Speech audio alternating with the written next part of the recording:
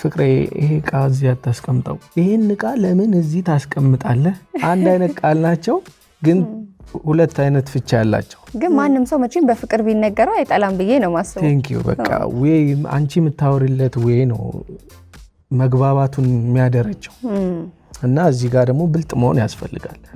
ትዳር ላይ ምንድነው በቃ ላይፍ ታይም ነው ማለት። እኔ እዚህ ጋር በጣም እየተናደድኩኝ ለምን እንደዚህ ታረጋለህ ፍቅሬ ምናምን ልል አልችልም።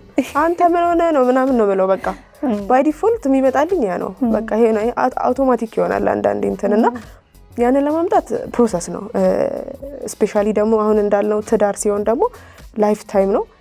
ሶ ተማሪዎች እኮ ሪሰርች ምናምን ሰርተው ለመመረቅ አይደል ለ4 አመት ለ2 አመት ምናምን ያደርጋሉና ዋይናት ደግሞ ትዳር ውስጥ ላይፍ ታይም ነው። ሶ ያንን ሰው በደንብ ማጥናት ትዳር ውስጥም ገብተሽ ብዙ ማታውቂያቸው አዳዲስ ነገሮች ይኖራሉ። ሶ ያ ሰው ምን አይነት ባህሪ ነው ያለው ከዚህ ቀጥሎስ ምንድነው ምናምን ሶ ዊዝደም በጣም ያስፈልጋል፣ ጥበብ በጣም ያስፈልጋል። ሴቶች ደግሞ ጥበበኞች ነን። ሶ በጥበብ እንዴት ነው ያንን ሰው ማለት እኔ አሁን ሆነስሊ በጣም ነው የሚያናድደኝ። የሳለ ማለት ነው ጭራሽ። አዎ ስናደድ ደስ ይለዋል። ስትናደድ ደስ ትላለህ። አረ ቱላት ነደጂ ወይም አታሳየህም። አሁን ራሱ የተናደደ 3 ነው የምትናደደው